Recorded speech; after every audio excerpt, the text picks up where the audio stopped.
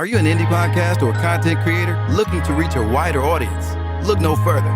Introducing Podcastic, the ultimate podcast network designed exclusively for indie creators like you. At Podcastic, we believe in the power of unique voices and fresh perspectives. We're here to amplify your passion and creativity, connecting you with the growing community of engaged listeners who crave original content. Podcastic is more than just a platform. It's a support system built for indie podcasters, offering a range of resources to help you succeed. From tailored promotional campaigns to professional production assistance, we're here to help you shine.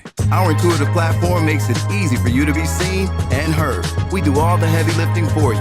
You just show up and create. Plus, with our advanced analytics, you'll gain valuable insights into your audience's preferences, allowing you to refine your content and grow your fan base.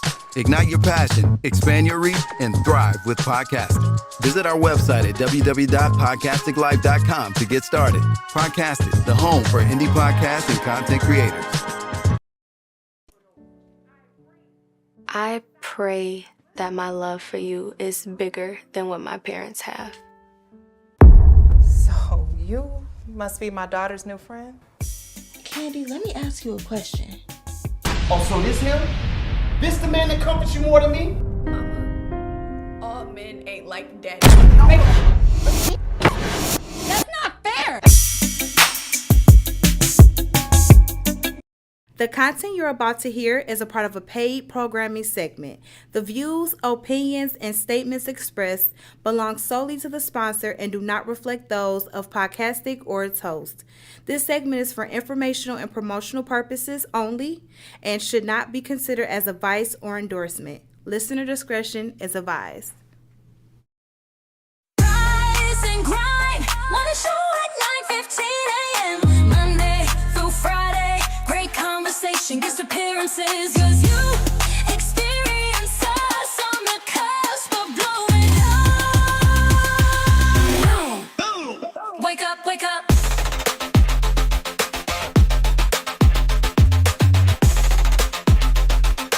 Rise and grind, morning show. Oh, yep. You already know what time it is. Welcome to the Rise and Grind Morning Show, y'all. This is what we do. This is what we do. And so, let me start off with my gas station chronicle. Today was kind of different. Oh, she telling me to scoot over. Her little finger be going. She be like this. And She's so demure. Demure. It's demure. And I'm demurable. So, let's put it like this. When it comes down to it, I think when you at the gas station, this is for men. You really, if you wearing saggy pants, I told you about the drawers showing, but at least wear drawers. Oh, plumber butt is horrible. No, plumber ass crack is ridiculous. He said plumber ass. And it threw me for a loop because I just shook my head. That lady said, "That's a goddamn shame, ain't it?" I was like, "Damn, she seen it too." Oh God. So men wear drawers. I think men who didn't wear drawers. I'm just thinking, like, do you got? I hope you won't be scaling your penis tip because it's kind of dangerous. That's a bacteria infection ready to happen. So listen, just get yourself together and get your shit together. Y'all watching the Rise and Grind Morning Show. Hey. That's what we do. So listen, our beautiful host, she's beautiful. She's an actress. She's multi-talented. But she wasn't able to make it, so Cam is here. Cam. What up, though? I just want to say it is a beautiful day in the neighborhood. It is. It's supposed to be 70 degrees again. Just today. Y'all. But it's not. Did you know that? It's not, but that sun just make it up for me altogether. I just need the sunshine. The sunshine. So, what up, though, everybody? Welcome to the Rise and Grind Show. And we also have in the house our beautiful, lovely, talented engineer. Shani Shane. Who's so beautiful and demure. With her mic work. Yeah. Hey. Mic work. Yeah. Yes. So, Shani, you notice I switched the chords earlier. You seen that? Did you switch them back? You switch the chords? Yeah, the chords. I was on, yeah. You number 6 now. Oh, you're number 6 now. Oh, I can scoot over. Maybe I need to sit up like a grown ass man, and I'll be maybe, and just don't show any plumber butt. No, because you would never see the crack. Well, I don't know. It all depends. Do you know one time I was in a restaurant and a guy was in front of me and he had plumber ass. And I had to move. She sat me down, and he was sitting like at the bar stool at Starters, and I was like, I need to move.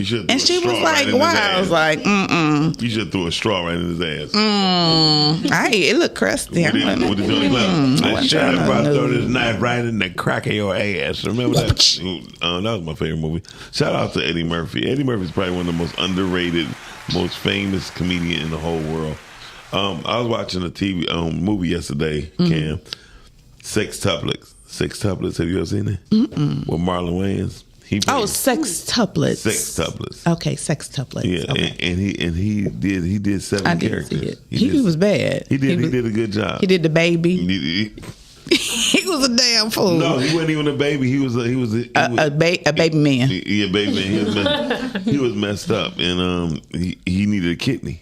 She was hilarious. I need to watch the Sextuplets on Netflix. If you need a good laugh, watch Sextuplets. Sextuplets. Cam, we have guests in the building today, but before we get to see the guests, let's do the topic. Okay. And before we do the topic, we'll show the video of what's going on. Okay, well, our topic this morning is how creative expression changes in different mediums. Well, that's because you can't read. I know. I'm going to have to look over there like, right. How creative expressions change in different mediums is the topic of the day. So when you say different mediums, what are we talking about, producer? We are talking about the microphone being on first. That would help. Yeah, there we go. But she's so cute. Oh, y'all be killing me. Thank you. So different mediums are like poetry. Okay, here we are talking about writing. Right, go ahead. Directing, producing. Okay, all right. Things of that nature. Just the different mediums. How creative expression changes. Are they similar? What's the motives behind it, etc. So basically, being multifaceted in talent is what she's saying as well. Yeah, but everybody can't be multifaceted.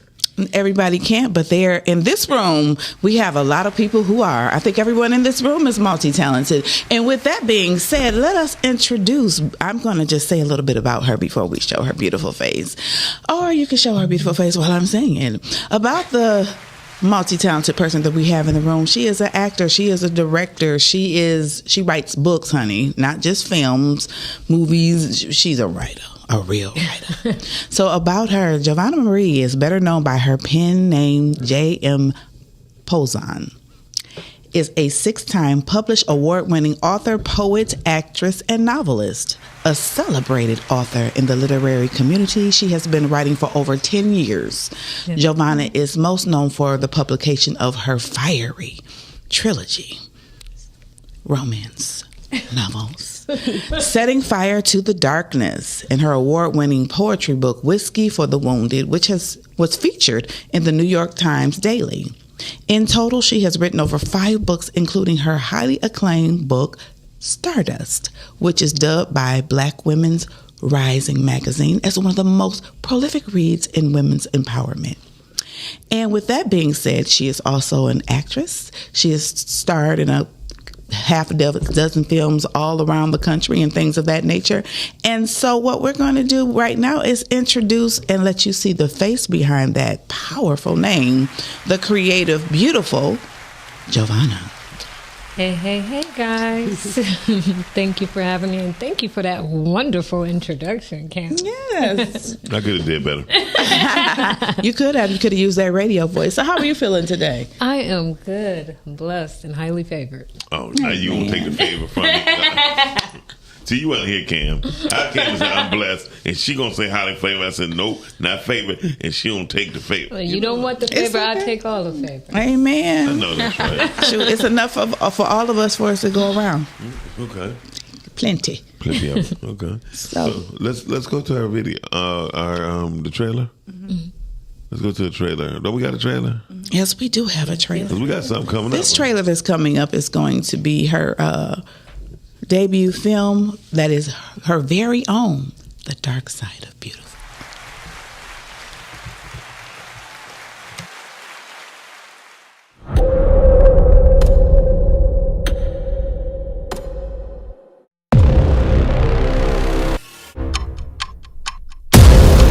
What is it? You find something? Yeah. 55-year-old Caucasian male, multiple stab wounds. Did you killed my father. Whoa, you did!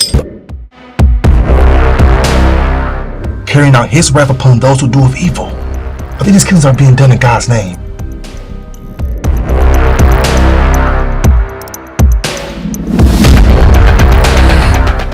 Found 2 more bodies today.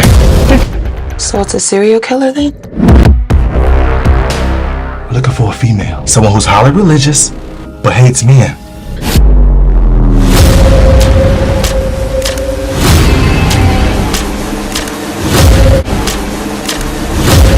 What's going on? You're scaring me.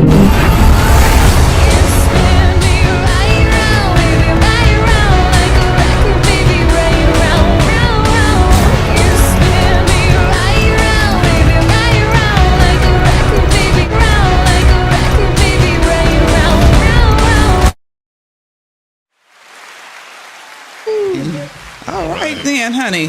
Woo. She had guns and knives and stuff. Oh my God. I would have just shot the shit out you. I wouldn't even give you opportunity. Okay. Well, we have it. That was just the trailer. You don't know what's going to happen. Be So crazy. calm down. Be crazy with me if you want to.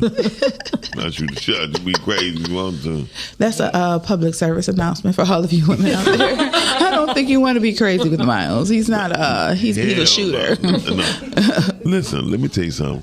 One thing about women, I try not to get them upset at all. But if you decide to ever get angry with me, just let me know and leave me the fuck alone. That part.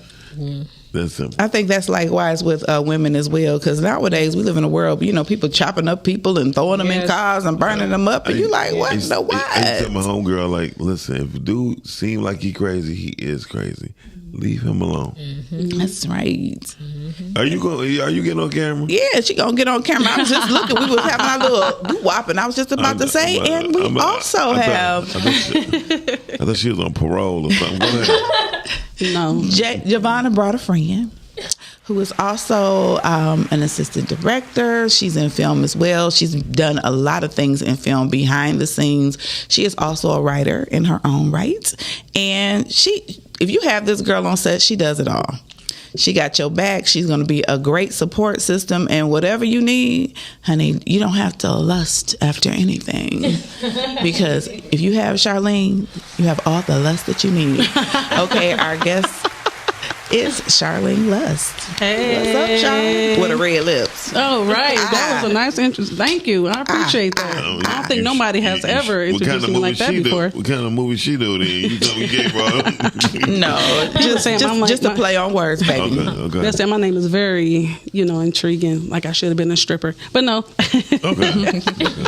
Well, you wearing shoes like a stripper, so I just thought. That's After Dark. We right now we're on the Rise and Grind morning show, so we're gonna stay a little focused on that. Me and Charlene been going back and forth all. I could tell, because that's one thing about Miles. You ain't gonna. He will never have a loss of words, one way or the other. So with this being said, Jay, tell us just a little bit about yourself. I know what I said about you professionally, but what's going on with you? Who are you? I think I am for sure, for starters, a creative, you know, and so for me, you guys going on with your topic, it is across different mediums, that is me, you know. So on top of that, I'm a visionary, I'm a storyteller. So whether it be poetry, I'm telling stories. Whether it be the books, I'm telling stories. When I'm writing scripts, I'm telling stories. It's just being able to take that from my mind and whatever it is, whatever inspiration may come, and then using that to create is the transmutation, right? That is us transmuting things into just entertainment for other people. So. All right. Yes, I like that. Also, so how long have you been writing? For about 10 years. I wrote my very first novel in 2015, which was The Setting Fire to the Darkness. That's kind of like the 50 Shades of Grey meets Sons of Anarchy. Okay. Damn, that's some freaky shit. You see, she got all them knives and stuff. So, yeah, it's hidden. It's there, though. Oh, no, it's definitely, I can tell it's there. Okay.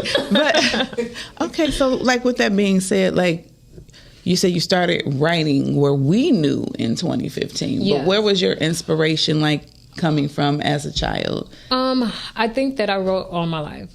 Believe it or not, growing up, I was very shy. I was extremely timid, and I had a problem with public speaking. Like, even so when I would get mad at my parents and I would write them letters.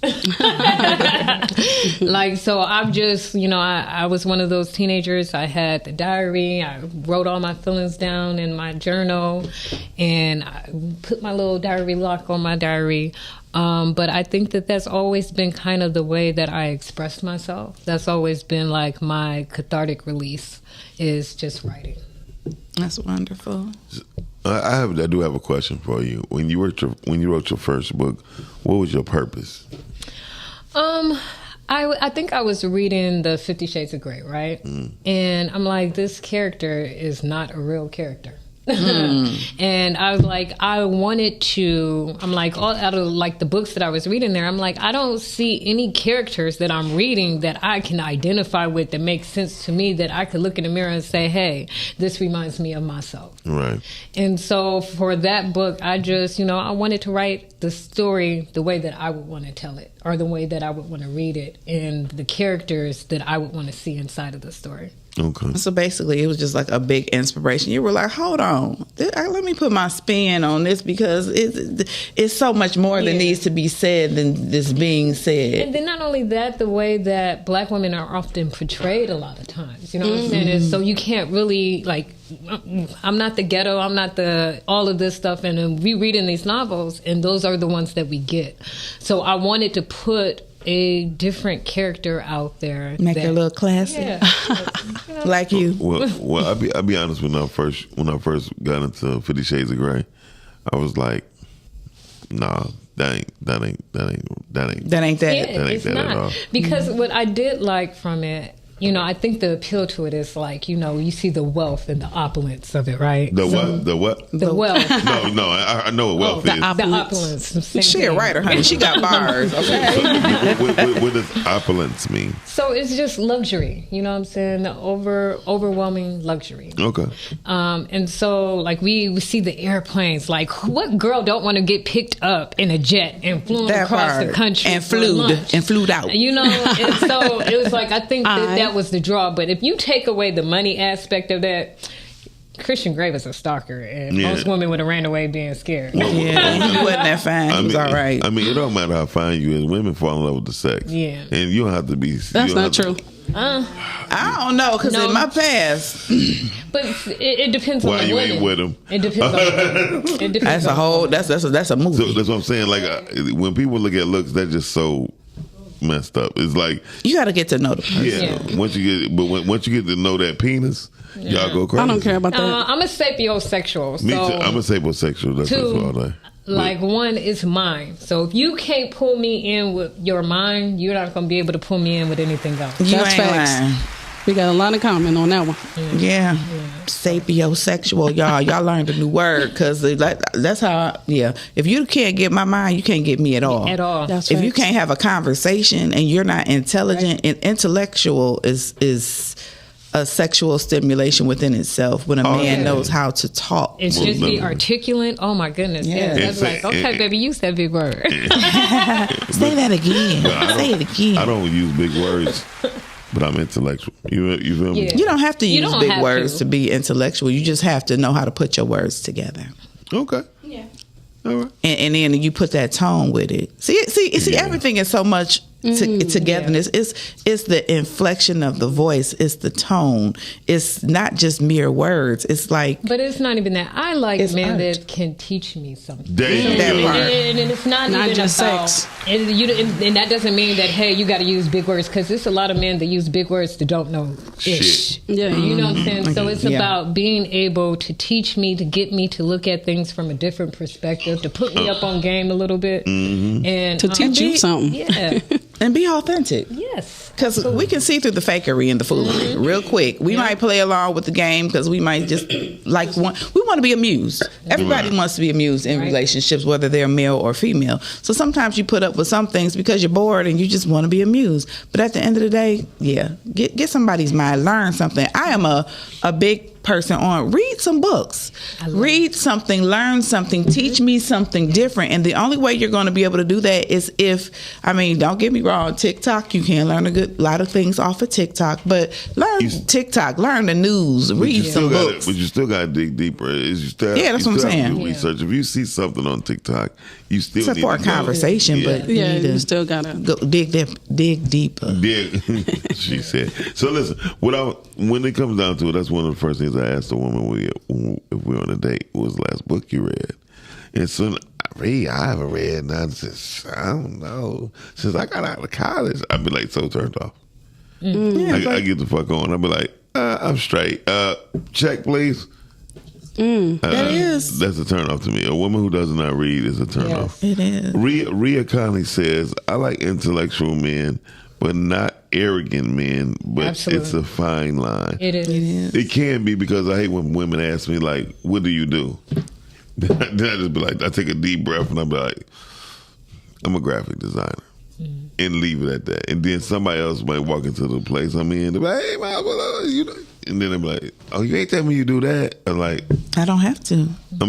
It's layers to this, boo. Right. It's layers to it. People think that, I think that's such a big turn off. Don't you, Charlene, when you meet somebody and they just tell you everything about them, they just give you a whole full course meal, you like, whoa. Yeah, it's like sometimes you can over talk, in relationships or in the dating field, and it could be a huge turn off. Like, how you eat your steak and you take that last bite and you're like, ugh, this is nasty, so yeah. Yeah, because they give you too much information. You don't think it's nasty at the last bite? Yeah, if you eat too much of it, the last bite is nasty. It sound like they was feeding you, boy. Because sometimes you be too full. You be like, okay, you're telling me a little bit too much. I'm straight. I know what she's saying. She's saying like being overwhelmed. Yeah. Because sometimes I think that's why a lot of people don't get past a first date, because you told this person that you were married, you were divorced, you had 5 kids about when you were 12 and when you were 2 and when you can't. It's too much. When we date or when we talk to people, feed them and pay attention to, read the room. Pay attention to their facial expressions to see if they're even interested in what you're talking about. But more than anything, be quiet and listen to them. You got to be quiet and listen to the other person. So then you can kind of gauge where the conversation should go. But you got to bounce off each other.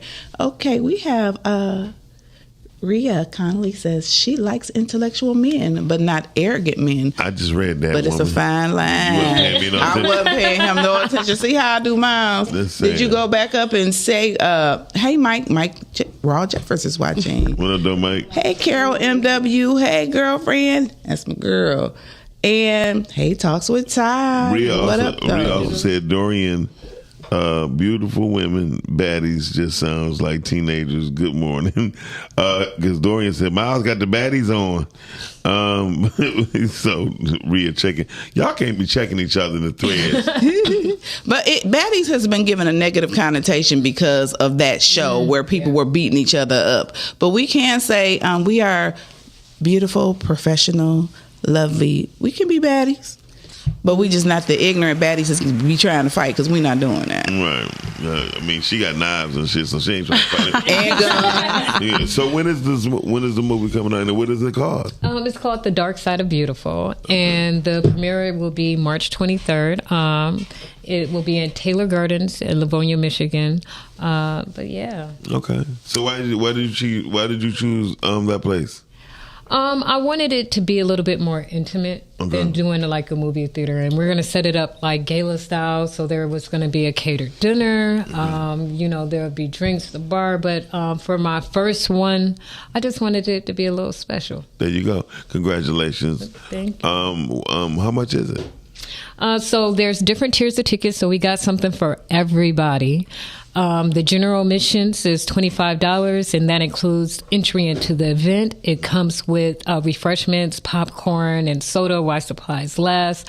The VIP is $50, and that comes with entry into the event, the catered dinner, and then last but not least is the Ultra VIP. And the only difference between the Ultra VIP and the regular VIP is that it comes with drinks from the open bar. Ooh. Oh, open Period. bar. And how much is the Ultra? The Ultra is $75. So Okay. it's still reasonable. So that's a night out on the town. You get dinner, a movie, and drinks. So And bring a boo. And you can take pictures with us on the red carpet. Yes. okay, where it's gonna be at again? Tell the people. Taylor Gardens is in Livonia, Michigan, off of Grand River, and tickets can be bought on Eventbrite. And what they have to search for. It's just The Dark Side of Beautiful. Okay. And I see you have a fire cast. You got Marion Ham. You got yourself. You got some You hitters got in there for Zakiya sure. BG, Armando King, Amira Garrison. She's so sweet. Love her. Jonathan Crawford. Yes. I saw Marietta. Yes. In the trailer. Yeah. So Shout out to Mary. And then Giovanna's brother, Ricky. Well, his name is Sam, but we call him Ricky. Yeah, so like with Marietta, she plays the pastor for me. Now she came out and learned that script in a day for me because the person that I was supposed to have play the pastor fell through, and I was like, Mary, I don't know what to do. She's like, I'll play it for you. I was like, you gonna read the line? She's like, yeah, because she know the word. Yes, because yeah. So she's she a sweetheart. Came out, I love and, her. So she's like, yeah, I got you. Don't worry about it, Jay. I got you. That's So shout out to Mary. Shout out to the film industry. Yay, Mary. Detroit is like every time I come to here or just hearing the buzz, it's new flowers popping up and different movies popping up, and I'm just so glad to see the diversity in the films coming out, just different concepts, different ideas. And I'm gonna say this to any and all filmmakers: I applaud you all, because it is something special about taking something out of your mind, putting it pen to paper, and making it come to life. So don't despise small beginnings. Be encouraged. You can do it. And Jay here, Giovanna, is a true example of that. I met Giovanna probably 5 years ago or more, longer. But when I met her, she was like, I'm a writer. We were in the acting class together. And she was like, I'm a writer. And I was like, something different is about her. It was something different. And I just kind of really, just liked it. I was like, she is just so interesting. And so I told her, whatever you do, let me know, and I will always support you. And this is project number one. I will always support her because she is a beautiful person, and she has a brilliant mind, and she put it together. And then I got to meet my girl here, Charlene, for the first time. It's like, what up, though? And she was doing her Thug Thizzle on set. She really was. I mean, she was coming in trying to give us all COVID and stuff. Not just well, I was called. She would. I'm teasing. She wasn't playing. And I really do like the fact that you supported her the way that you did. That was beautiful. Yeah, because the way she told the story of Dark Side of Beautiful, I was like, should I come out of retirement? And I did. And I was like, anything for Joe, because I worked with her in previous sets before. And I was just intrigued. I'm like, oh, the Dark Side of Beautiful? What's this? Oh, this is intriguing, something different. And so I listened to the story and I was like, oh, okay, I could see it. So I saw her vision. If I can't see your vision, I'm not going to work. Okay. So I saw her vision, and that was beautiful. So when you don't see nobody's vision, you won't work. It's like, okay, so some people's story just don't make sense, right? Or you saw it before, right? Okay. So with Joe, it was just something different about. No, so that's what I was getting to, because you said you came out of retirement. Oh yeah, because I wasn't gonna do it no more. Nope, I was done with the industry. You had a bad experience? Oh yes, a huge bad experience. I've been in this business for 20 years, and can you believe I haven't got paid for nothing I did? So yeah. That's why that wasn't a bad experience, man. That's bad management on your behalf. I'm gonna say this to us in the film industry. When we get films, we're creators and we fall in love. Yes. It's like, okay, yes, I want to do it because we like to act, we like to create, we want to direct and do different things. We have to get into the vein of, after you sign the NDA or while you're signing the NDA, you have to negotiate your terms as an actor or as a gaffer or whatever role that you're playing with the film. You have to say, okay, here, what am I getting paid? Okay, well, okay, even if you don't say it on that first meeting, when you get to that first rehearsal, okay, can I talk to you for a minute? Or before you get to that rehearsal, here's my contract, here's my day rate, this is what I expect to get paid. I really do feel like I should have wardrobe. How do you want my hair? We have to negotiate all these things, and a lot of times as actors, we don't say anything, and then we get on set, and then they're like, "Well, I want you to have braids and all this." All of that is very important for pre-production, and you have to have those conversations, and you can't be afraid to have those conversations, because at the end of the day, we'll get paid our daily wage, but if we have to get wardrobe, hair, makeup, and all of these things done, we're doing it for free. Well, and that's not fair. I mean, well, it's not fair, but you do have to be a business person and get your coin. Yeah. Well, and most importantly, you gotta know what are you doing it for? What is your purpose? Yeah. Like I'm becoming an advocate for everyone that's in the industry, right? Right. If you're not going to get paid up front, you need to them get someone points on the back. end. But everybody not worthy of points. Just know that. And I'm not gonna lie, I'm not gonna give a hairstylist no points. That don't make no sense. It doesn't. No, but what I'm saying, right? So what I'm saying is, when I hear people, I've been doing it for 20 years and never got paid. What I hear is a person who never opened their mouth. No, I opened my mouth. The problem was the back end. The movie didn't make no money, didn't render any funds. That's what I heard. That's not my problem. That's not your problem. Because it's like if you go into a restaurant, you can't eat if you don't pay for the food first. Exactly. And that goes back into I open my mouth. But what I'm saying is the contracts. We have to have a contract, and or before you start, yes, you get paid. That's something. Yeah. Right. So if you did it for 20 years, it's basically what I tell my friends is psychologically, in some form, we like abuse. And abuse becomes that part, what you're saying. Well, actually, I took it like this. I said, well, I'm just going to learn, as I go, right? And I took a break, hiatus. In between, certain projects. However, it was just, you get paid $57, and I did, 5 films on that, and it's like, okay, now I got to go to the lawyers. You just did with bad people. Yes, but Giovanna was the first one that actually paid. She paid me 20 years later. 20 years later, so I was she learned to get paid. I would put it like this. This is why I say I love the people who I trained and taught. Shanny, how many movies have you done? 4 or 5. Did you get paid for every one? Yes. You didn't have to ask, did you? Okay. Now, Shanny, had you ever did any editing before? No. Never touch editing, a computer, or nothing. That's awesome. So what I'm trying to say is, when you I need to come be an intern. No, hold on. No, we're not even talking about on the show. What movies did you do? Chocolate Kiss 2. Chocolate Kiss 2, Untamed, Perfect Gift, and Lies and Loyalty. Right. So Nate, who edited, he asked her basically, "Are you interested?" Right? She said yes. He taught her and he paid her. So you got some people that's loyal like that. When you do, they're just good people. Yeah. And so that's what I'm saying. In this industry, we have to understand we still toddlers. I had to learn the difference between friendship and business, because everybody isn't your friend, but they will portray like they are your friend. I got you. Trust me, I got you. Those two things are very separate. They need to stay separate. Yeah. And, or I'll say this: you can be friends and you can work together, but you're gonna get that contract, and we're gonna have a clear, concise understanding. Yeah. What happens is we allow our feelings to guide us as far as how the decisions we. I want them to be my friend, or I want to be supportive, and then if I'm supportive, but I need my coin because at the end of the day, I have to go to work. Yeah. Me being here on set is not going to pay my bills.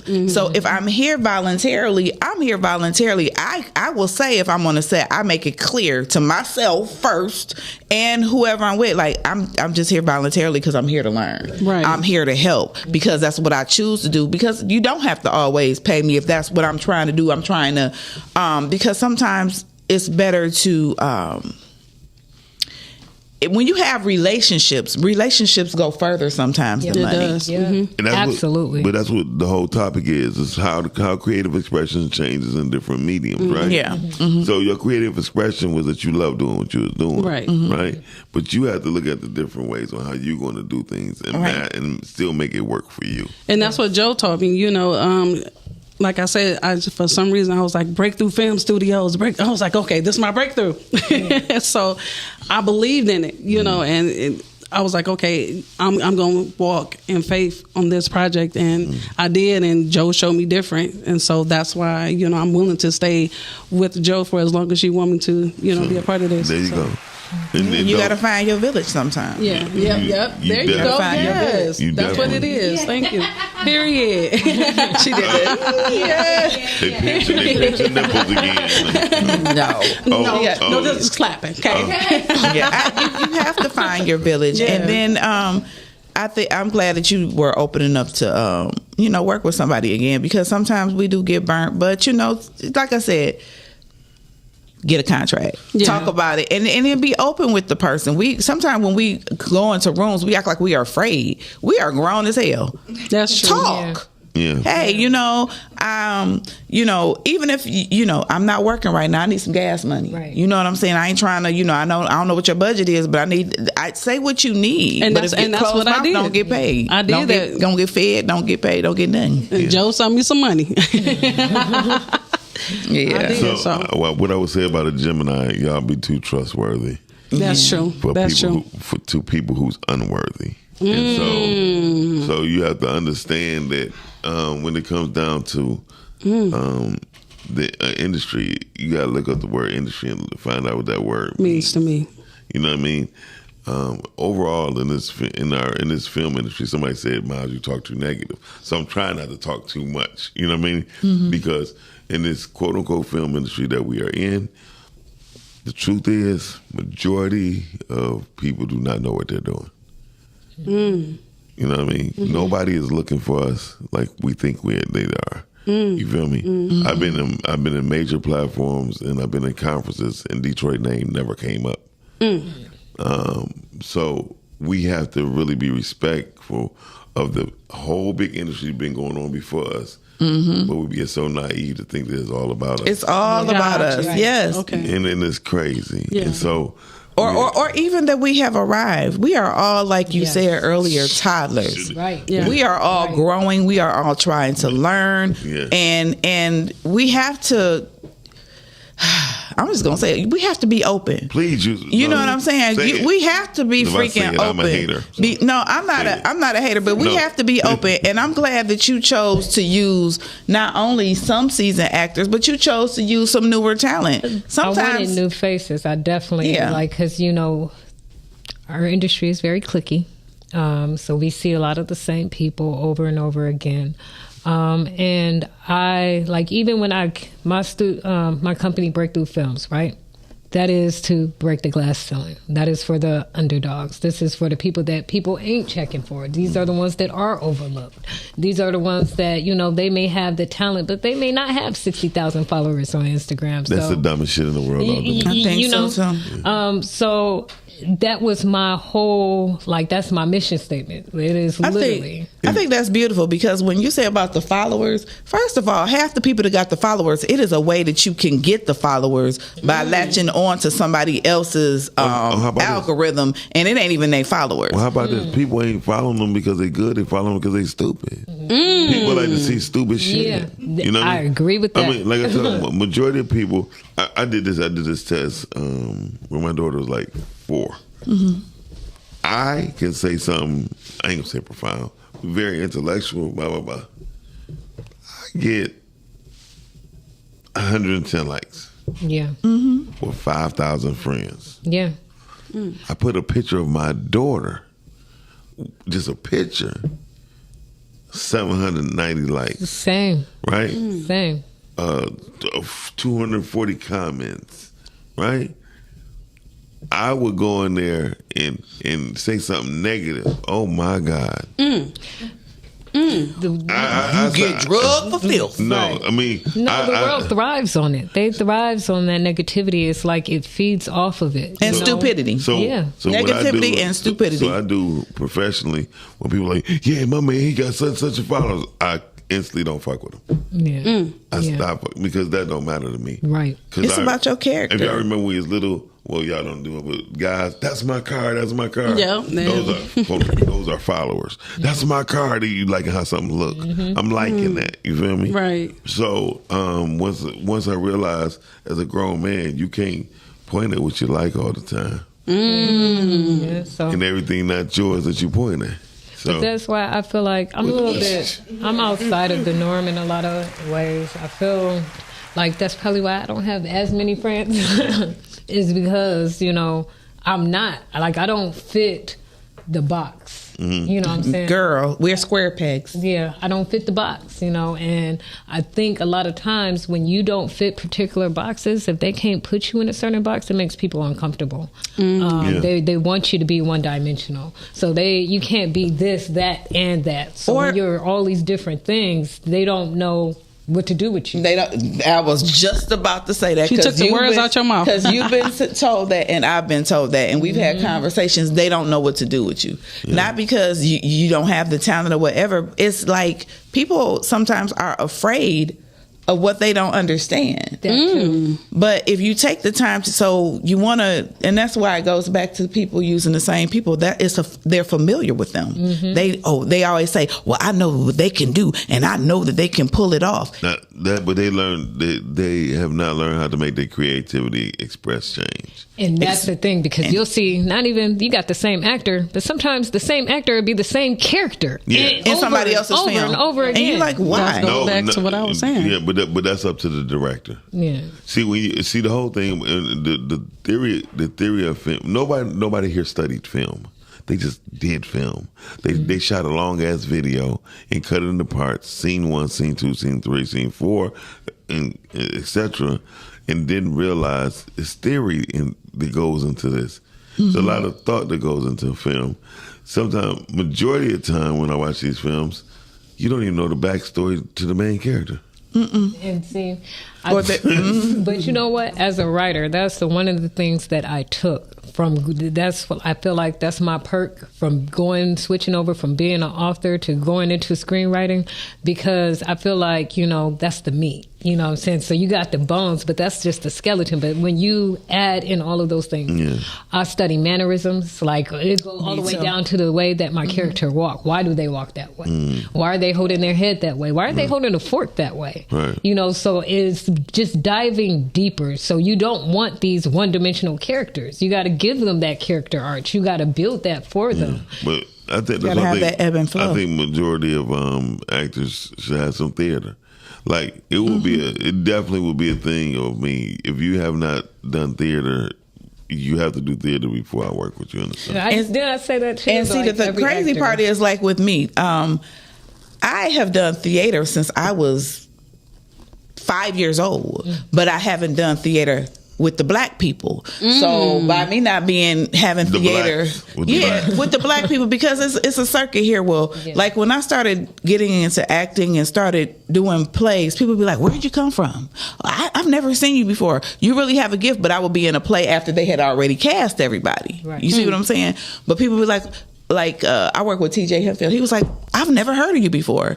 I've done a play because I did Perilous Times, but I did Perilous Times. TJ's play too. Yeah, but I did Perilous Times, but I did other plays within the Caucasian sector. I was in The King and I when I was 4 years old. That's how long I've been acting down at the Fisher Theater, doing musical theater. So my point is, just because you don't know me, it's like if you see somebody you just see somebody, they just grasp on to who they see right in front of them instead of getting to know somebody's resume or getting to know that person as an actor or a person.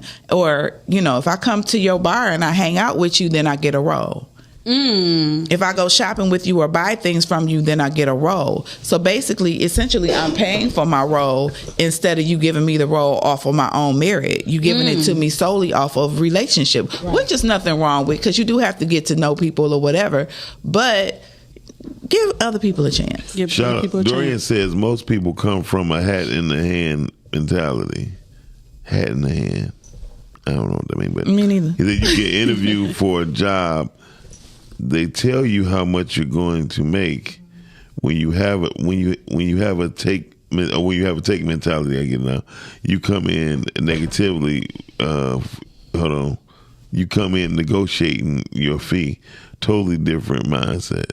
Do you get what you said? Maybe I read it wrong. I'm from my friend. All I know, I understand what he's trying to say. When I go in, I audition, and then if I'm offered the job, then I say what my fee is, or I'll say, how's your budget? Right. Because sometimes you got to just be real with people and have a conversation. They might not be able to pay you, or whatever the case may be. So you negotiate. But if I look at the script and I like what they want me to do, I might be like, well, we could talk about it. Because I feel like this is going to be powerful. Right. So you just gotta don't never despise small beginnings, because that one director, that one actor, that one person, you don't know where they're gonna be a week from now, a month from now. So just treat everybody well and give people a chance. Because you got some leapfrogs out here, okay? What that mean? Who's a leapfrog? Somebody who just breaking into the business and probably could just leap. You know what I'm saying? Yeah. Like a person could just... Well, I don't know nobody who could really leap. I have never seen nobody really leap here. So, I mean... because they're trying to keep you in a box. That's what I'm saying. They try to keep you in a box. Well, at the same time, I think people put themselves in the box. But that's because of what you saw, right? No, it's because what people say. Like, when people are calling themselves to-be actors. I'm not a to-be actor. I'm an actor. We ain't gonna go on Spanky Hayes right now, but go ahead. No, but this one, no, I wouldn't go on them because I think when I first heard it, I didn't see nothing wrong with what he said. Because I think he was saying people who call themselves to-be actors are not actors. Yeah. Because if you got that mindset that you're a to-be actor, you're not an actor. How about just be an actor? Yeah. And that's one thing about I didn't take it like he was dissing people who's on Tubi. I think he was saying, well, if you're a Tubi actor, you practicing. That's what he was saying. Okay, but so I think the problem that I had with his ideology was like I work at Ford, so let's just put that out there. Right. But I work 40 hours a week, and then I come home and I work 40 more hours on my craft. You know what I'm saying? Because it's something that I'm passionate about. Yeah. So I feel like if you are that dedicated and you have that in you to say, hey, outside of what I do to make sure that my home and my kids and everything is taken care of, because this is my dream and I want to pursue it and I'm serious about it, I'm willing to put in the other 40. I'm willing to do 80 hours. And but I think that she don't call herself a to-be actor. No, I think that's something that should be commended and not downplayed because I work a regular job. We got a caller. Caller, you on there? Yeah. I'm gonna buy you some glasses so you can read my comments better, brother. Well, you should have called in the first fucking place, bro. That was something I probably should have told somebody, right? Right. Yeah. Hat in the hand mentality is basically a worker's mentality. It's slave mentality. I'm gonna come to you looking for work, and you're gonna tell me my price. Because I was talking about when she was talking about how I got paid. No, I'm getting paid. I'm gonna get the back end, front end, all in between, because I'm coming in, I'm confident, you know you need me, you know I'm the truth, and I'm going to win. And that's a take mentality is I'm about to take this money and I'm about to take this stardom, I'm about to take whatever it is you're going to offer me, because it's an offer, but I'm negotiating my fee. No, definitely. Time is money. No, I got you now. I understand very well, and I can't read you some badge. Yeah, thank you for clearing that up because I didn't know what that meant. All I know is... Thank you, Dorian. Yeah, thank you, brother. Thank you. Brother, here's the thing.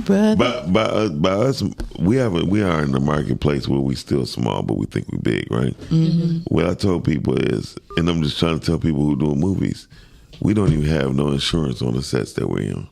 Mm-hmm. Right? They just doing it, right? Mm-hmm. And this is why I try to explain to people who do movies. I had a couple people I talked to earlier this week. I'm like, listen, how is people covered? So somebody falling and said bust their head.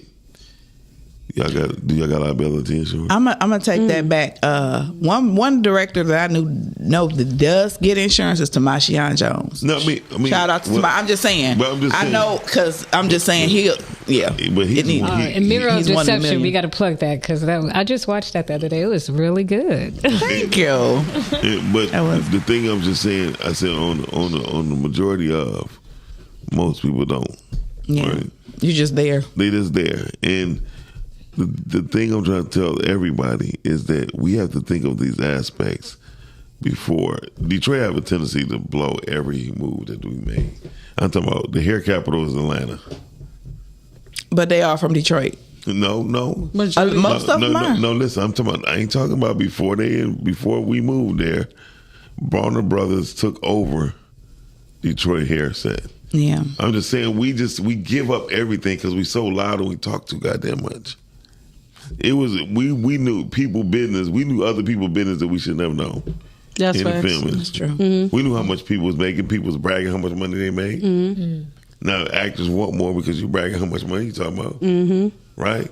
If you tell, that's what got Jesus killed. Not to go biblical. He told them not to tell when they didn't, and they opened their mouth.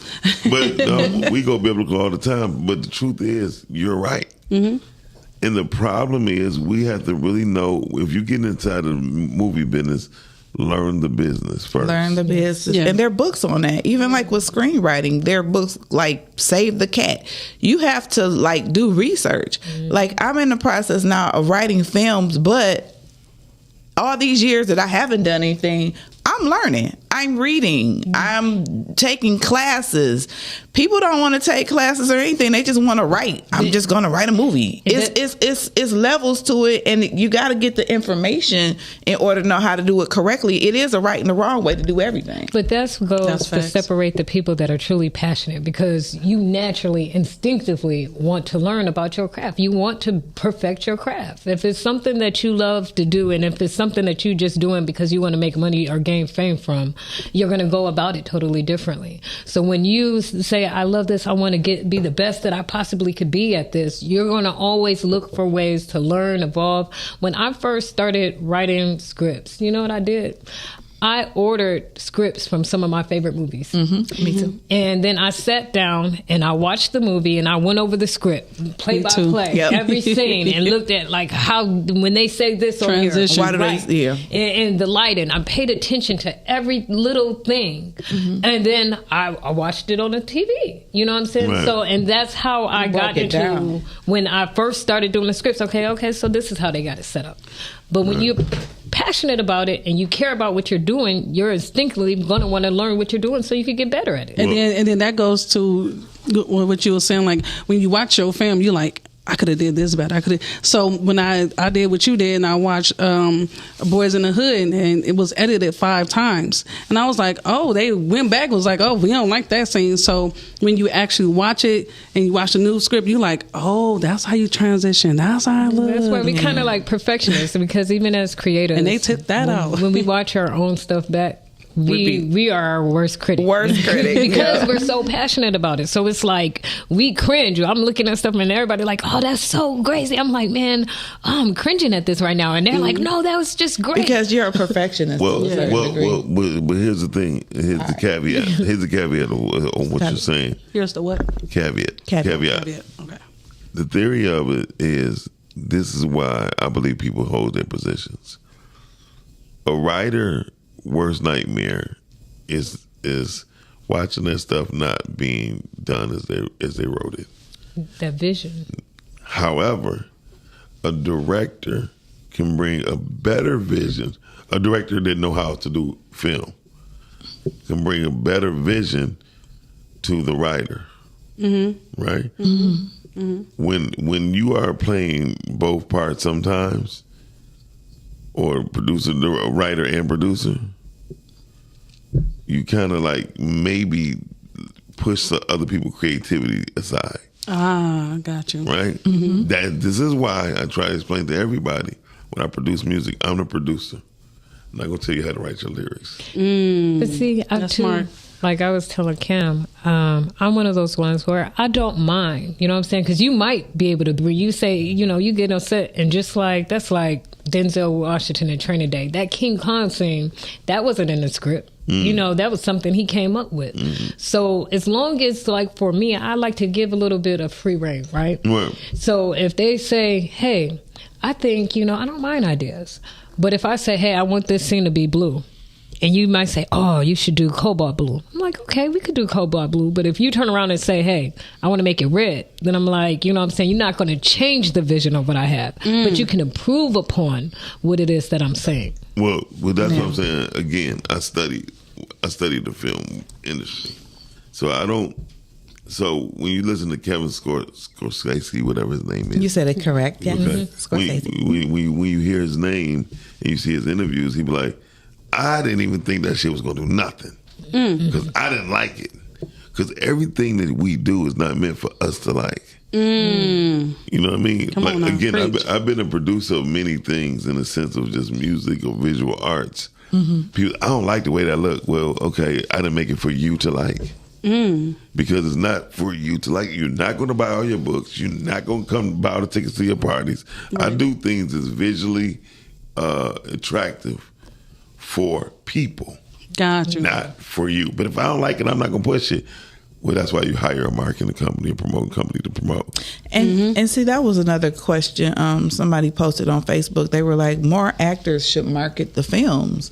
And I commented, the filmmakers should market the film, because a lot of times they don't give us the tools or the you know, give us the information to market the film. How you gonna market the film when you don't have nothing? I'm supposed to now create the marketing plan and all that. Well, I'm an actor. I got hired to act. But if you give me the tools, I'll push it. Yeah, well, that wouldn't even be my plan in this marketplace dealing with people here. Because you pushing something, but shit, somebody movie coming out the following week.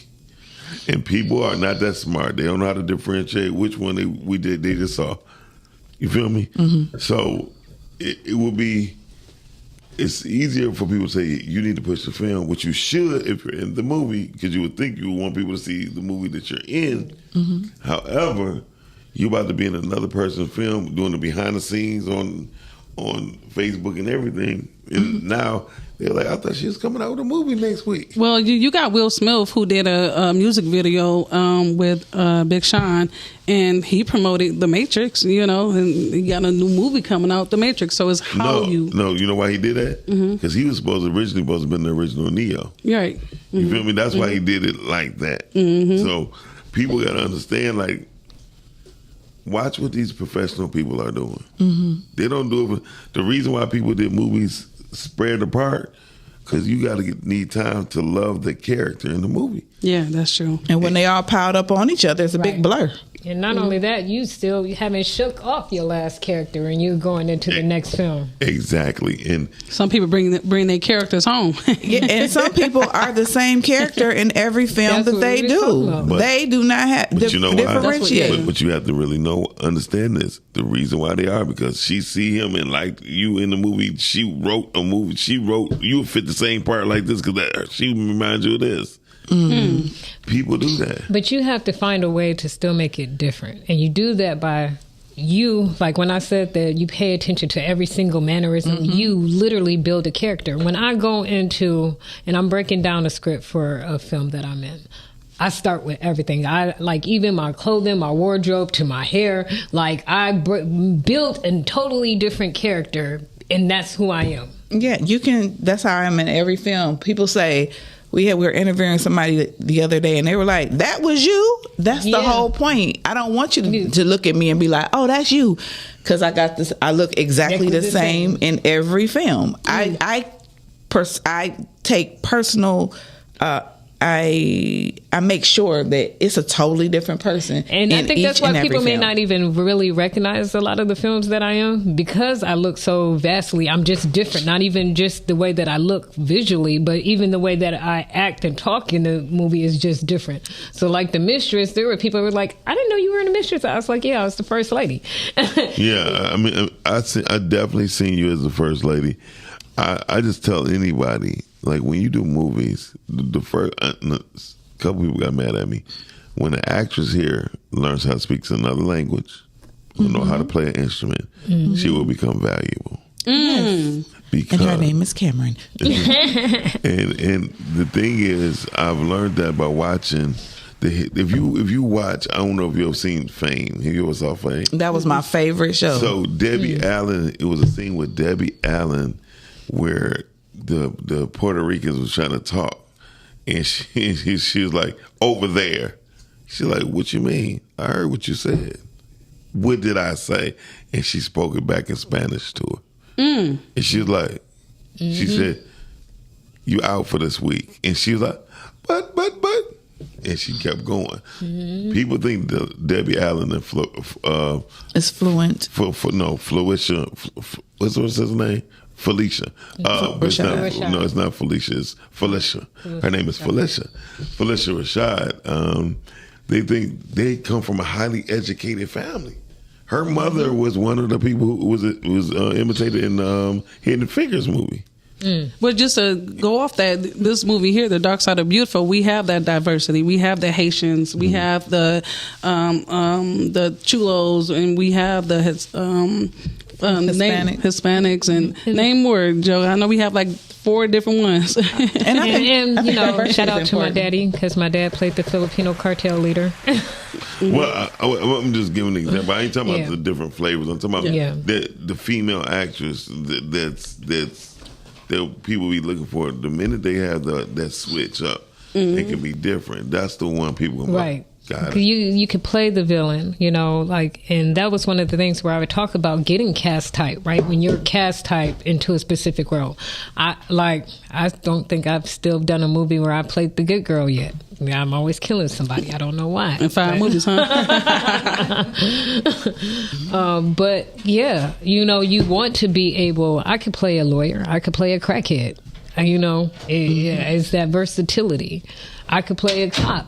I could play a doctor, you know. And that's why a lot of people are starting to write their own films, because people are overlooking them, and you got to express yourself. It gives you the ability to show your range. Because you are a creator. Yeah. And like, it's like, okay, you've only been able to see me in this light. Well, let me change the light color for you. Exactly, because, honey, I'm always somebody's mama. I am, but I understand, because I am of the age where I am somebody's mama, so I'm not mad at that. But I am a whole woman. Period. Tell them again, sister. I have so many different sides to me that I will show and express in the future. But I want to show my sexy sometime. Yeah, but but you just got to be with the right people at the right time. I don't get upset about roles, because somebody was like, whatever's for me is for me, and God is good to me, and He gives me everything that I need. Things just will come to you. You don't have to try to what's for you, do anything. For you. You just gotta just be you. Because at the end of the day, you know, because I remember when COVID came, everybody was like, "Oh, if you're serious about being an actor, you should quit your job." You sound like a damn fool, because I have a whole job. I've been in my job for 25 years, and it does get on my nerves, because you want to do more in the creative space, but it's time management. You do what you have to do with your time management. My whole thing is, me working that 40-hour jobs provides me with the resources I need to do things like do my own film. You know, so it is a catch-22. And pay your bills and take care of your kids, you know, because we mommies over here. So we got to make sure home is taken care of. Hey, babies. Isaiah Noah. So I would like to say shout out to Soul TV. We are being broadcast on Soul TV. Hey, Soul. Which has over 2 million. Which has over 2 million viewers. Okay. So that's one of our other partner stations. Also, you will be able to check us out on the new app coming soon by the end of the month. So I'm super excited how Podcastic is really, you know, you're doing a thing, Miles. You need some applause for that. You know, it's not just me; it's a team of us. Yes, it is. That's something Joe would say. But you're a good leader, so I'm just we got to put that out there. Well, it is. We do have a team, but you are a good leader, and our team is strong, and I love our team. Man, I love my team so much. She said she loved the vibe, she loved the energy. Keep it going. That's very important. important. Important. Yes. So I do have a question for you, Joe. What changes did you have to make dealing with your creativity expressions while you in your form of doing a movie? What things you had to be like, you know what, I had to switch this up? So I do think it was very challenging because I was wearing several hats. So you know that when you're an actress and you're just acting, you're in your zone. Right. So when you have to take that hat off and you're switching over to a director hat, you know what I'm saying, it's kind of hard. And I will say that it did take me longer to dive back in, because I think when you're, as an actress, you dive deep. And so if you got to switch out real quick to put on the director's hat, when you go back to the acting part, you might feel like, hey, this is still a little superficial because I didn't get the time to dive back deep and put the anchor down in it. You know what I mean? Right. So I felt like, one, I know in the future I'll probably get some more help for sure. I mean, yeah. So do you seek sponsorship for when you do films? So this one was completely out of pocket. Like, I work at Ford, so look, I took my taxes and I took my profit sharing check, and I was like, you know what, we just gonna do this.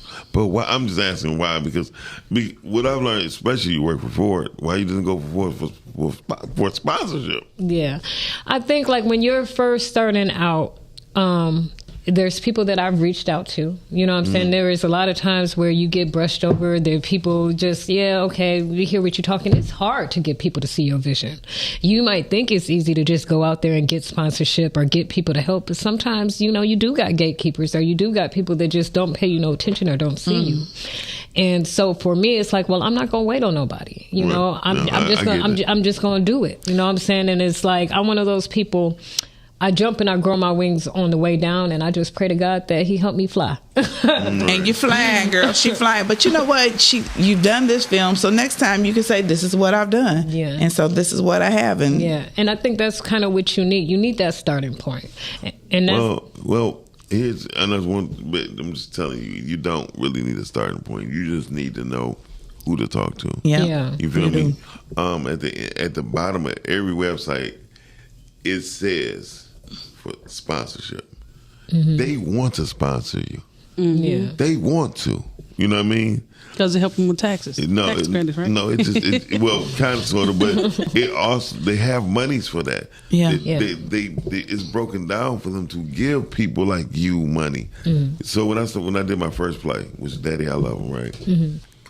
They was talking about, I'm about to spend this money. I got to put on. I'm like, I put up $100 of my own money.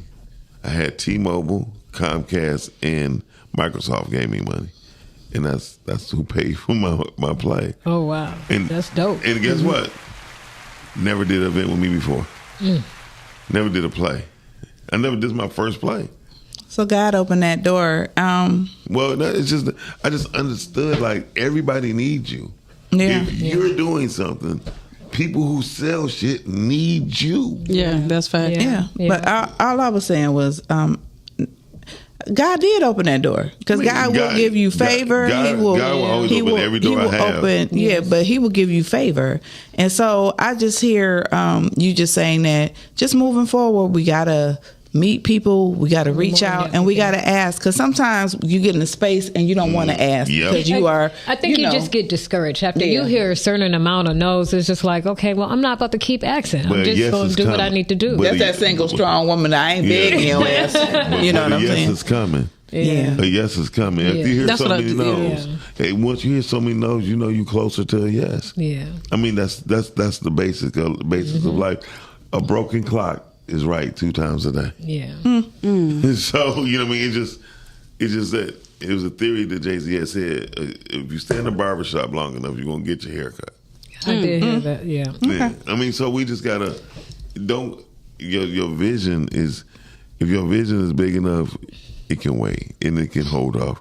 Nothing is going to leave. That's, I think, the fear of black folks. We always think we're not going to be here long enough. Oh, we got to do it right now. But I'm one of those people where I'm sitting on 7 scripts right now, and I believe that it is God-given. Like, it is a mission for me to make sure that I die empty. Like, I don't want to sit on anything. I want to, whatever I do, I want to push out, put out there, and create new Sound stuff. familiar? Yeah, just speaking of that, I had wrote I drew like really like passionate about writing with like, I don't know if y'all heard of Michelle Blair, who murdered her children back in the day, whatever. Make a long story short, I mixed that up with my life because I've been through a lot. You can also watch my show on Steve Wacko's. You know, I got a little thing going on with my mom on there. However, if I would never set on my project, which is the scene in my yard, I would never change it to Filicide. Okay. And so that it was like an 8-year difference. I ain't never heard the word Filicide before, but since I was sitting on, you know, my script, I was like, oh, okay. That's different, you know, so I can understand what you mean by that. Like just sitting and not being in the rush to write. You don't have to never be in a rush. Yeah. And then plus you leave it, and if you scared it's not going to go through, because I'm like you, Joe, I'm going to die empty. Yeah. All these And things all these things on the wall is my magazines, my concepts, right? And it's about timing and God's timing. And some things you may not realize in your lifetime, but then someone else will come and pick up your things and carry on what you've done. Yeah. But you know, some people, they'll never stop. You know, they have all these great ideas. They have all these things they want to do, and they never start on it. They're like, oh, I'm going to wait for the right time. And it is very easy. Fear is a factor. It's very easy to get into that place where you're complacent with what you're at, and you don't want to take the risk, you know, or put yourself out there. That's been me. That's been me all these years. I have about 10 scripts and different stuff I need to do, but I've been afraid. But I ain't afraid no more. But you were saying fear, and I was like, fear everything you run or fear everything you rise? But because it's like, there's some people that will never get started because they don't want to be seen starting at the bottom. They don't want to be seen making a mistake. And sometimes I don't care if I make a mistake. It's part of my process, but this is my starting point. So I'm going to make several mistakes. Right. I mean, and there's nothing wrong with mistakes. Nothing. I tell people all the time, I never met nobody who never fell off the bike.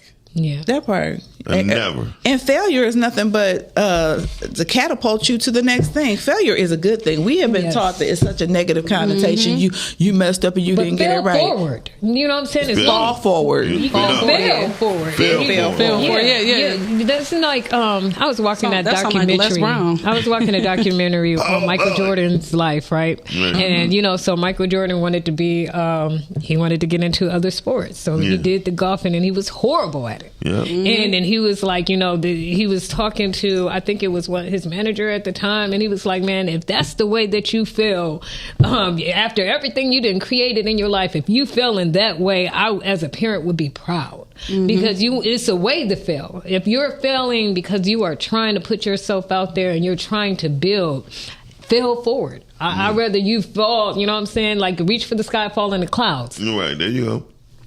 There you go. Rhea said sponsorships can turn into partnerships. I'm learning to get out on my own way and allow people to invest into me because I know it does take a village. I'm reading like I'm in Mumford.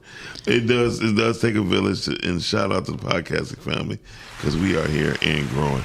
Because I tell anybody, like right now, you as a filmmaker, throw people do podcasts $100 a month, right?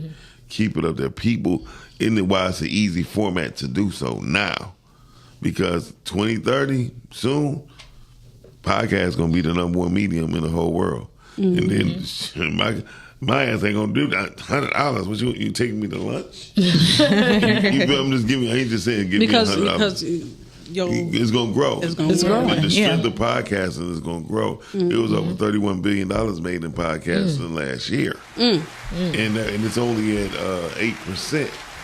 So you know what I mean. It's a lot of growing. So your value is gonna be more. Yeah, because it's about having the right connections too. Because sometimes, you know, everybody want to do a podcast, but everybody is not connected, and then they get frustrated because it's like, oh, it's not doing this. It's more to this than you just getting your phone and a camera and sitting here. Yes. And I've learned that from Miles. So you have to connect. If you're into podcasting, you need to connect with someone to get on these platforms so that people can see you. Because it's cool that you podcasting on Facebook or whatever platform you're on, but if nobody ever sees you except for your 150 friends on Facebook, or no one is there to teach you the different areas. It's podcasting conventions. It's a whole lot of it's bigger than Nino Brown. Yeah. So you just need to learn and get connected. And Miles is the right person if you are trying to get into podcasting that you need to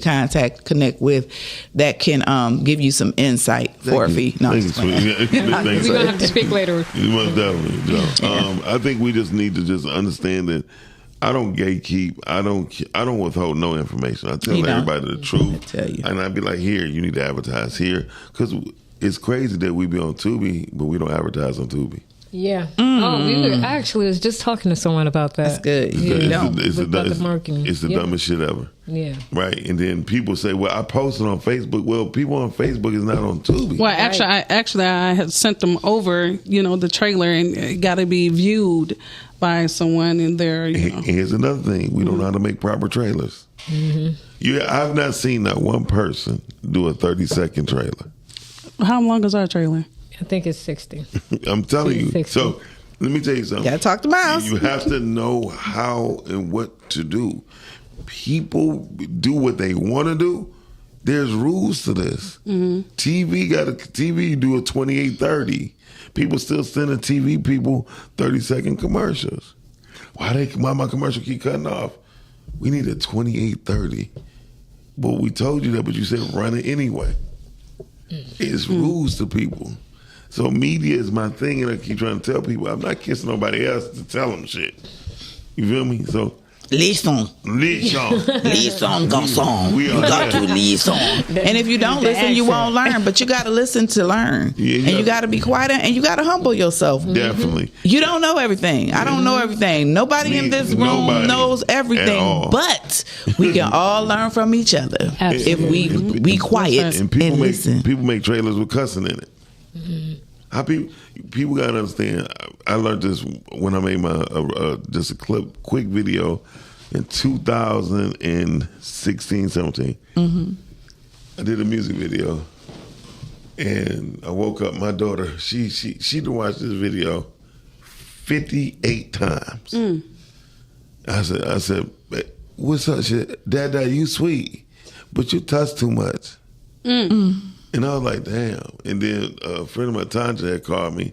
I said, why you ain't share my video? People on my video don't like all that cussing, Miles. So I made a clean version that same day. I learned that in just the music industry in general. Like, you have music that comes out on a CD and it cuss, but when it come on the radio, it's clean. But not only that, like, let's say you're trying to get on Fox 2. There you go. You know what I'm saying? So there's certain things that they can't play on air. Mm-hmm. Right. Or there's certain things they can't play from you. Yeah. Mm-hmm. I just learned something about Netflix, and I'm gonna say it out loud. Say it out loud. Tell us. The reason why people not on Netflix is not because they ain't use the right camera. It's because they don't have the $1 million marketing budget to be on Netflix. Mm. That's it. Netflix is just like anybody else. They have some independent films on Netflix that is just like you watching and be like, this need to be on Tubi. but they had $1 million budget for marketing. See, people don't understand that when I come from the music business. So in the music business, in order to get in Best Buy, Sunday Chic, the show was coming on sale for Tuesday. Mm-hmm. They had tier packages. If you want to be on that, you have to spend at least $1,500 or $3,000 or $5,000 or $10,000, whatever amount they want. You want, because that would determine if you're gonna get advertisement in the paper, and then your shelf position, if you're gonna be on the top shelf of CDs. You feel me? Yeah. But those was called marketing packages. Instead of payola, they're marketing packages, and people don't get that shit. You feel me? Yeah. And so it's the same in film. And everybody, well, nobody here is a distributor. They're just aggregators. And everybody's saying the word distributor, but if you want to say distributor, that's fine. Could you please tell us the difference between being an aggregator and a distributor, please, for our audience? An aggregator puts your film inside of a pool, and other people can grab it at will if they want to accept it or not. And aggregator won't know how much you're getting paid because they don't know until you get paid. And a distributor actually pays for marketing and promotion, sometimes pay into your film, and also they negotiate the price. You feel me? And not accept the price. Mm-hmm. And they have more information. So an aggregator is just accepting a price just to get on? Say that one time. So an aggregator is just accepting whatever they can get just to get on? Yeah. Aggregators, they just put it out there and they say, well, we'll wait to see who bite. He be like, so a distributor. So it's like fishing. Yeah, no, exactly. But a distributor fights for where they want you to go. Mm. You know what I mean? And the problem with most films here, they don't put it in the movie theater. You're making a movie where your movie need to be in the movie theater. Yeah, I always wondered why they don't be. They go straight to Tubi. It's because people are lazy. I only met one guy here. He had his film in MJR for a month. Mm-hmm. And that's where films need to be. And that's how you gain momentum. Mm-hmm. Mm. You feel me? You put your movie in the theater, and then when people start seeing people coming to see your film, I had just given up on this project, and I'm saying it out loud.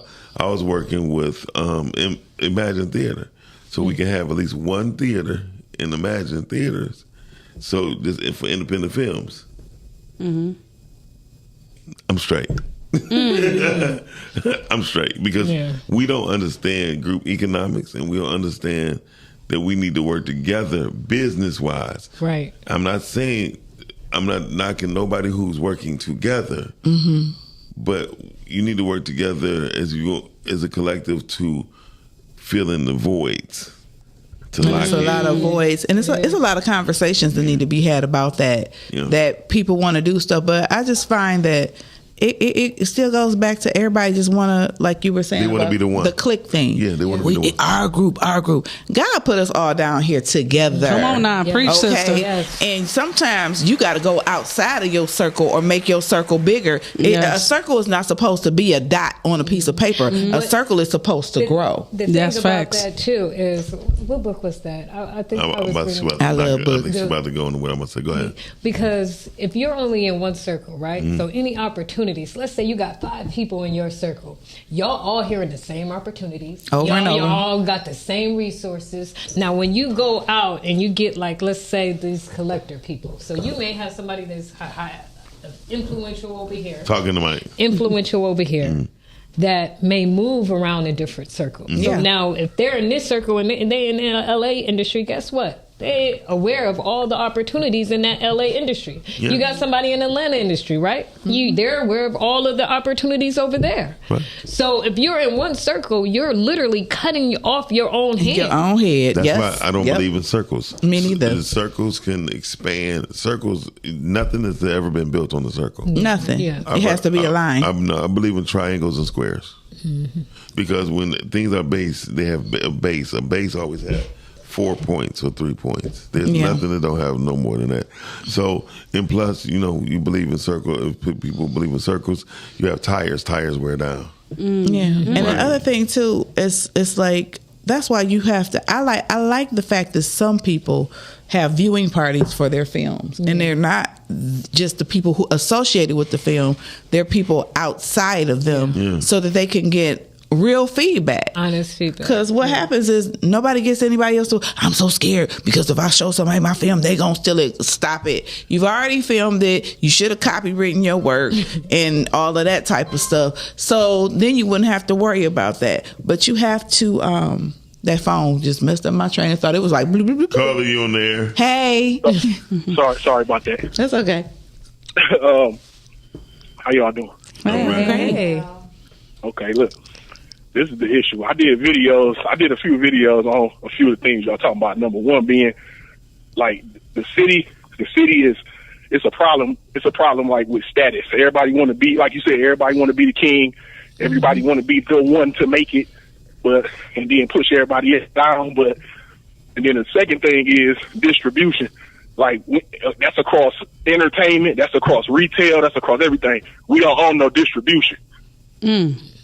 There you go. So if we don't ever get that down, we'll never. Everybody just want to live off a name. Everybody say, "Oh, this is what I put out. This is what I created. This is what I am." But we don't have no network, no distribution, no. Like Mr. Miles said, no marketing. No nothing. No nothing black owned on a major level in the middle. We not locking the middle down because we want everybody to see what the end result is. So and so listen. I'm so glad you and Cam saying stuff because when I say it, I'm a hater, but I'm just a person who tells the truth. Well, I guess I have to be honest. And we have to get back to honesty. One thing I can tell you about Miles will tell the truth, and I will tell the truth too. And you ain't gotta like me; it's the truth. Yeah. Thank you for calling in and saying something. And then why should we have to be afraid? I'm an actor. I am who I am, but I'm not afraid. I'm gonna say what I want to say, and you ain't gotta like me. Listen, majority of people who place things. I'm not placing nothing in nobody else's hands no more. That part. And only because transparency has to be there. Yeah. If it ain't transparent, it don't make no sense. I was just in Miami at a movie film conference. There was only 2 people from Detroit there. And listen, it's not the knock who did not go, but I invited everybody. You ain't invite me. You ain't invite me. I ain't know you. Well, you knew me. I did not know you was doing film. But Cam, she could have spread the word too. Cam knew about the shit. Did I? Yes, I showed you. Hey, Mr. Miles, can I add something? Yeah. Hey, Brittany. I think a part of the problem also is we got to get away from the party. We got to get away from the party, man. Thank you. Yeah. Thank you. That's what. So shout out to you. Shout out to you saying that because the reason why I didn't want to go to, I might decide to go to the Black Film Festival this year. The reason why I didn't want to go last year because it's all about partying, pool parties, and all that shit. I'm not with that. But when I went to NAPTE, I went to NATPE conference. You went to NAPTE? No, I want to go to NAPTE. Oh well, we go next year. It's that's where I went. And I just left there, and I sat down with Netflix. I sat down with Apple. I sat down with Tubi. I sat down with a few people, and all they saying they want clean material. They don't want the fucking. They don't want the violence. Give us clean material. We out the game then. We already out the game already before we even started. I'm not, because all my scripts are clean. But that's what I'm saying. Like this is why when I came back from last year from NAPTE. I told everybody Tubi about to change they look. Nobody believed me. They about to have a different logo. Nobody believed me. And I told them that the lady said Procter & Gamble is going to give Tubi $190 million a month for advertising. And they did. They did that. If you've seen a whole lot better commercials. Started last year. Did they get bought by Fox, Mr. Miles? Yeah, but they've been bought by Fox in 2020, 2020 or 2021. What I'm saying is that Easter Sunday, Starbucks premiered a commercial on Tubi, strictly for that station, right? The report came out. Starbucks they did one full push for Easter Sunday and for the rest of the month. They said they probably would never advertise again because of the films. Now that they seen on there. But their focus was on the live TV. So now all Starbucks commercials on live TV. And they got weekly programming on Tubi now too. Yeah, no, daily programming. Oh, well, yeah, okay. I saw a weekly show. I said, oh, okay. Oh, yeah. Right. But if you go to Tubi, they got a thing that say live TV. Yeah, they got live. Yeah. January 16th of last year, they debuted and had 18 networks. As of right now, they got 168. Wow. So we have to, and guess Tubi is only 0.03% of the streaming market share. They're the lowest on the totem pole, but they're the highest paying for individuals for independent. Wow, that's intriguing. So this is where we have to start looking at what we're gonna do with films and movies because. What you're saying is if we clean it up, we get the bread. We're gonna get the bread. That's all I'm saying. Clean it up. Yeah. Yep. So thank you for calling, Calvin. Thanks, Calvin. Appreciate y'all. And Brittany just chimed in. Hi, Brittany. Brittany has her film coming out called Broad Day, and it drops today on TVI. Congratulations to our own Britt. Brittany Chanel. Hey, Brittany. And our billboards go up tomorrow too for the Rise and Grind Morning Show. Shout out to her. And if y'all get a chance and opportunity to go to YouTube and subscribe. Matter of fact, y'all too subscribe now. Go to YouTube and go to the Rise and Grind Morning Show. I already did. I'm 10 steps ahead of you, Captain. Hey. Don't be demanding nothing this way. I already did it before I came. What color was the logo? It wasn't no logo. It was actually you and Cam on there. Well, you better see. You better look at you probably hit Pod Life. See, this is what I'm talking about. This is think you know everything. Look, I don't think I know everything. You see, I'm over here shutting up. You're a whippersnapper. Anyway, so Joe, I'm proud of you that you finished and completed your movie. Thank you. Yes. And I hope the premiere do well. Where is the premiere again? It is in Livonia, Michigan, at Tailored Gardens off Grand River. And again, you can get those tickets on Eventbrite under the Dark Side of Beautiful. All right. Oh, no. The dark side of beautiful. There you go. Say it like that, Ken. The dark side of beautiful. And also, where's it located? So it is at. Say the address. Yes, you gotta say the address. Let me find. And if y'all want tickets, go to Eventbrite Yes. and search for Dark Side of Beautiful. Correct. Yeah, I think we will be having a giveaway too this upcoming with the Corey Love show. Okay. So we'll be on Corey Love doing a giveaway for tickets. Okay. Ooh, should did that on here, huh? Yeah, but I mean, we're open. The address is 27494 Grand River Avenue, Livonia, Michigan 48152. All right. Gone shot. That's about 8 mile Grand River. Yes, is that 8 Mile? Yeah. 8 Mile. Yeah. Yes. So this is when you go to other places, say the name, say their place 3 times, say your phone number, email, website 3 times, back to back if you can, because people. Dr. Zubi, right? He said that.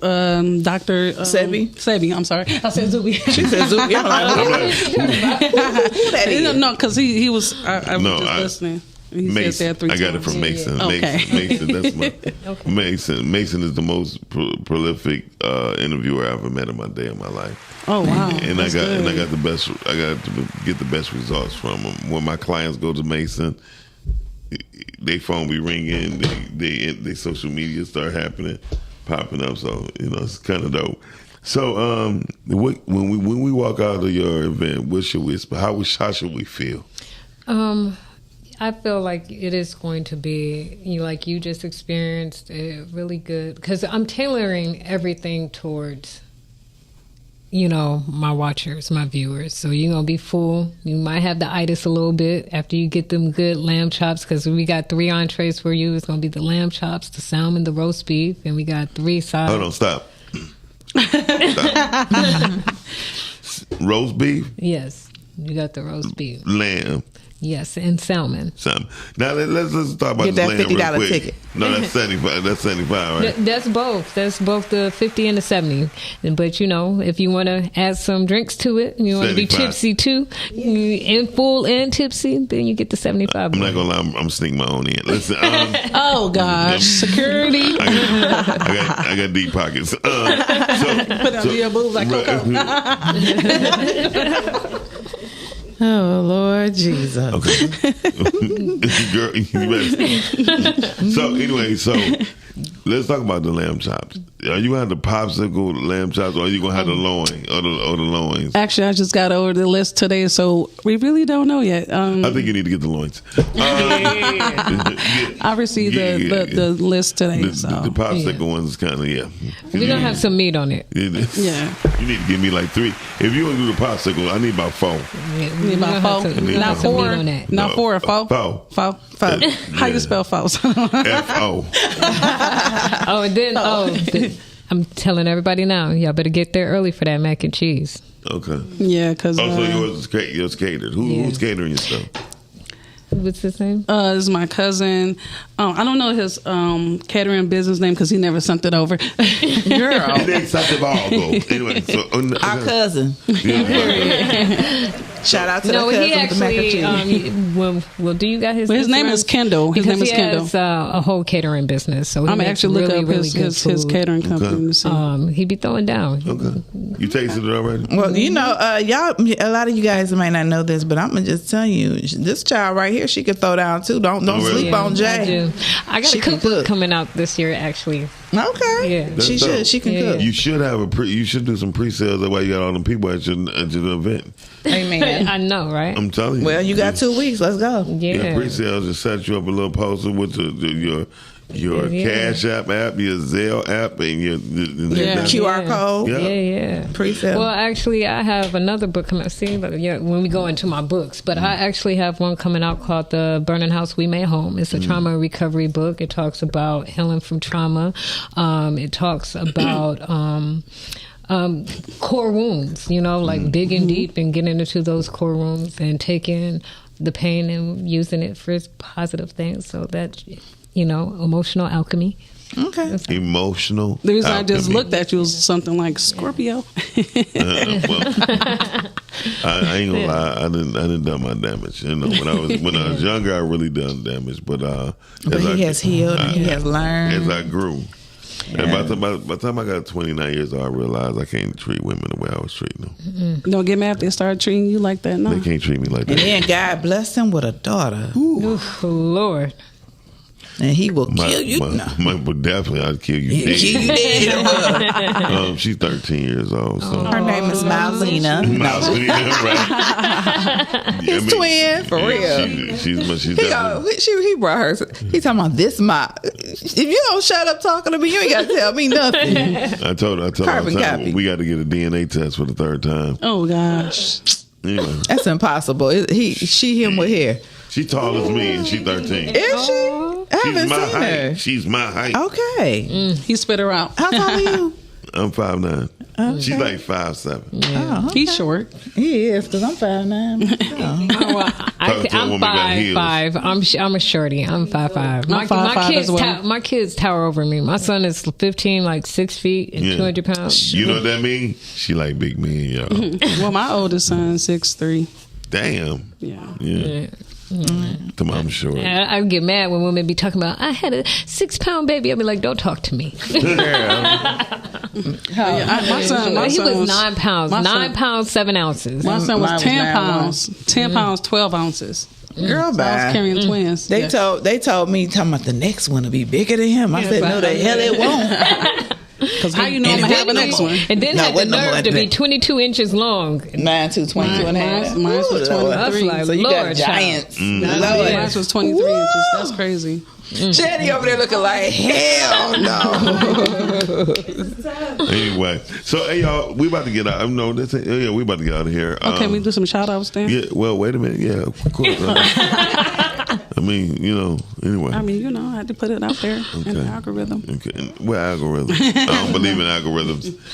Listen, so it's the March 23rd, debuting The Dark Side of Beautiful. Dark Side of Beautiful in Livonia. Yes. The name of the place. Tailored Gardens. Where at?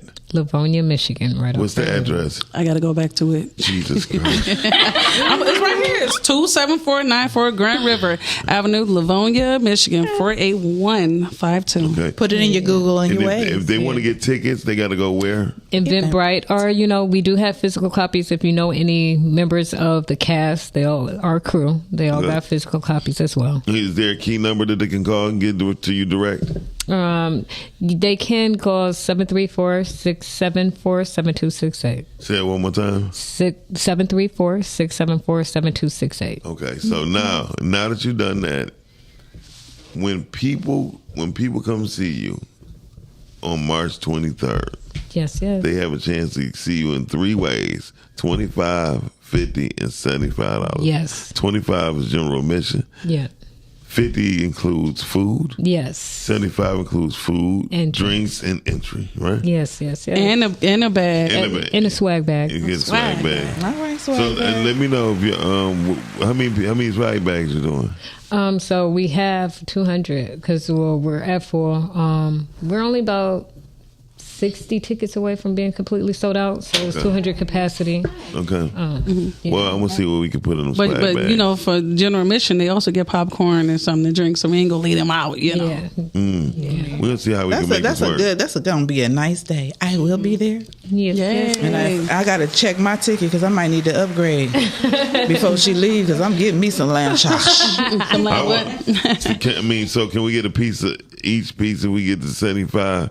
Like a piece of one lamb.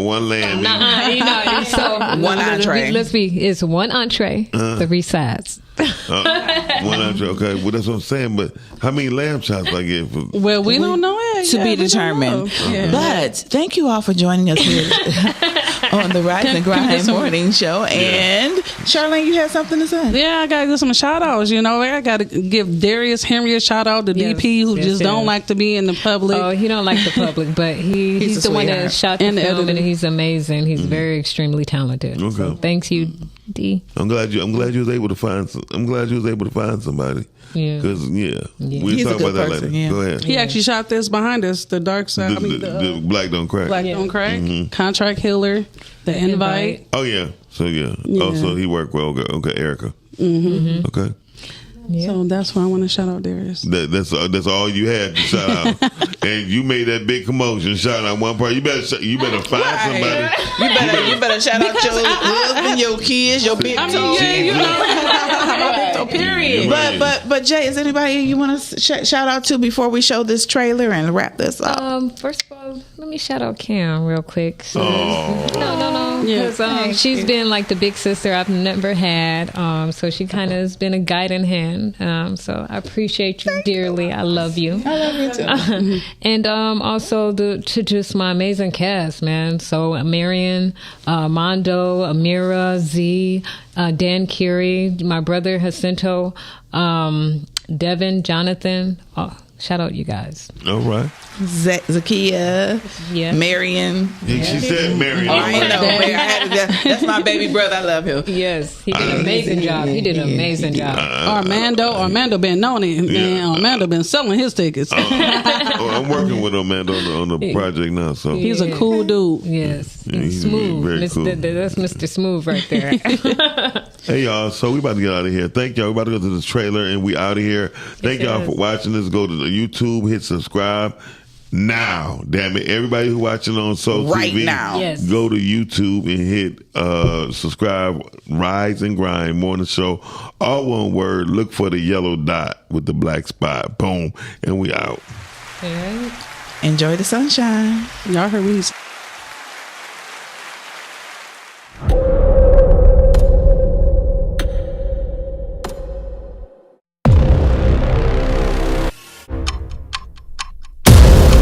What is it? You find something? Yeah. 55-year-old Caucasian male, multiple stab wound. You killed my father. What you did? Carrying out his wrath upon those who do of evil. I think these killings are being done in God's name.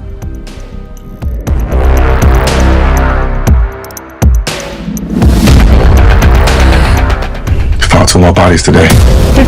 So it's a serial killer then? We're looking for a female. Someone who's highly religious, but hates men.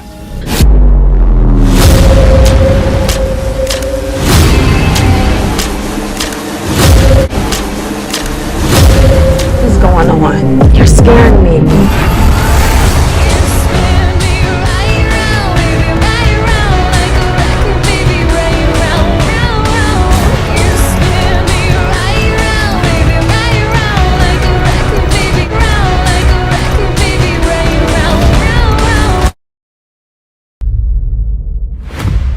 So I'm gonna be like Queen Latifah and these bitches set it off.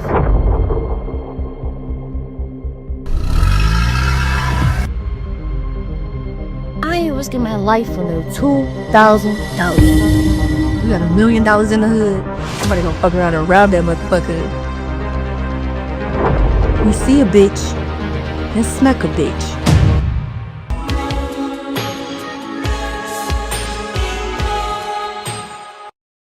Rise and grind. Morning show at 9:15 a.m.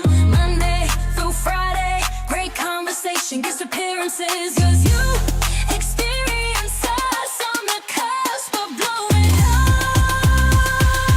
up. Boom. Wake up, wake up.